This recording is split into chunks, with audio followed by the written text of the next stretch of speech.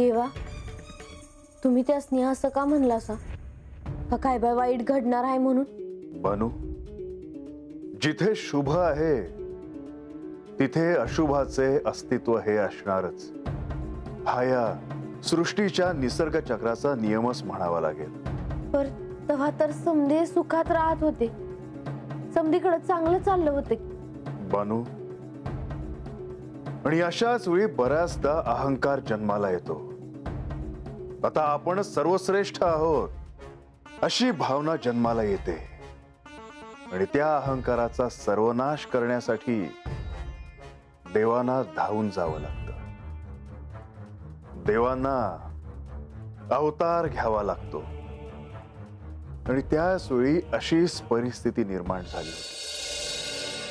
सर्वदूर देवांचे शासन होते, सर्वत्र मंगल वातावरण होते, सर्वजण सुखात होते. परंतु दैत्य कुळात मात्र अस्वस्थता होती.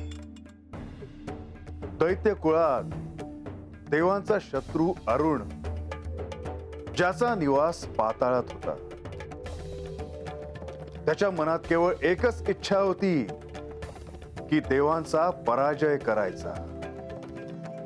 देवांचा पराजय करण्यासाठी तो कधी निराहार, तर कधी जलावर, तर कधी वायूवर घोर तपश्चर्या करत होता.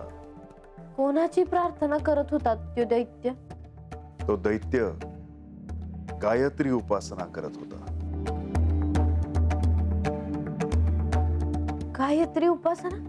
होय, मी आधी तुला गायत्री देवींबद्दल सांगितल्याचे तुझ्या स्मरणात असेल. होय देवा, अहो आता मी तुम्हाला त्या देवींबद्दलच विचारणार होते. का ह्याच का त्या देवी ज्यांची तो राक्षस प्रार्थना करत होता? देवी गायत्रीची कठोर तपश्चर्या करत असताना एक क्षण असा आला की त्याच्या शरीरातून अग्नी प्रकट झाला आणि तो साऱ्या सृष्टीला जाळू लागला. साऱ्या सृष्टीचे अस्तित्व पणाला लागले होते.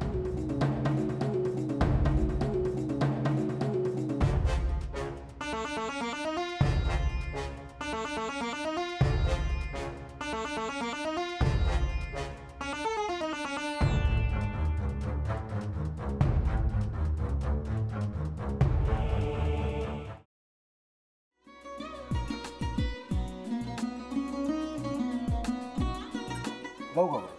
हो, असाच लावू ना.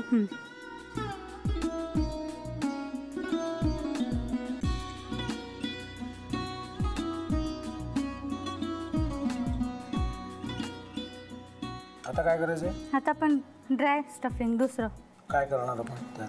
आपण ह्याच्यात मेयोनीज न टाकता बाकीचे सगळे साहित्य टाकायचे. अच्छा, हे सगळं. ऋतू, माझा तर विश्वासच बसत नाहीये. म्हणजे अगं बहिणी आमचं लग्न व्हावं म्हणून किती प्रयत्न करत होते आणि ते सगळं करताना की शिवच्या आम्हाला माहिती पुरवते. नाही, मला नाही वाटत. गौरी खूप चांगली आहेस म्हणून तुला सगळं जगत चांगलं दिसतं. पण शिव उगाच बोलला असेल का? त्याच्यावर विश्वास नाहीये का तुझा? शिववर पूर्ण विश्वास आहे मी तुम्हाला. पण तो आता हे जे काही करतोय ना, म्हणजे निशा बहिणी समोर त्या राधिका सोबत फिरण्याचं नाटक वगैरे, ते त्याचा काही उपयोग होणार नाहीये. अगं असं कसं म्हणतो? अगं नीलिमा, जतीन भाईंचा कॉल आहे. हो माहितीये. रिसीव कर ना.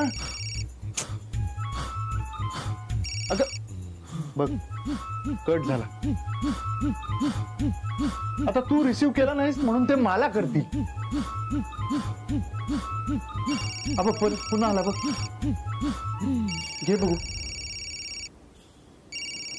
पण हे एक ना एक दिवस घडणारच होतं.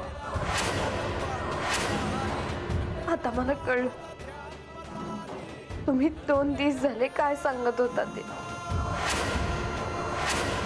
बनू, हे संकेत असतात आणि हे ठरवून येत नसतात.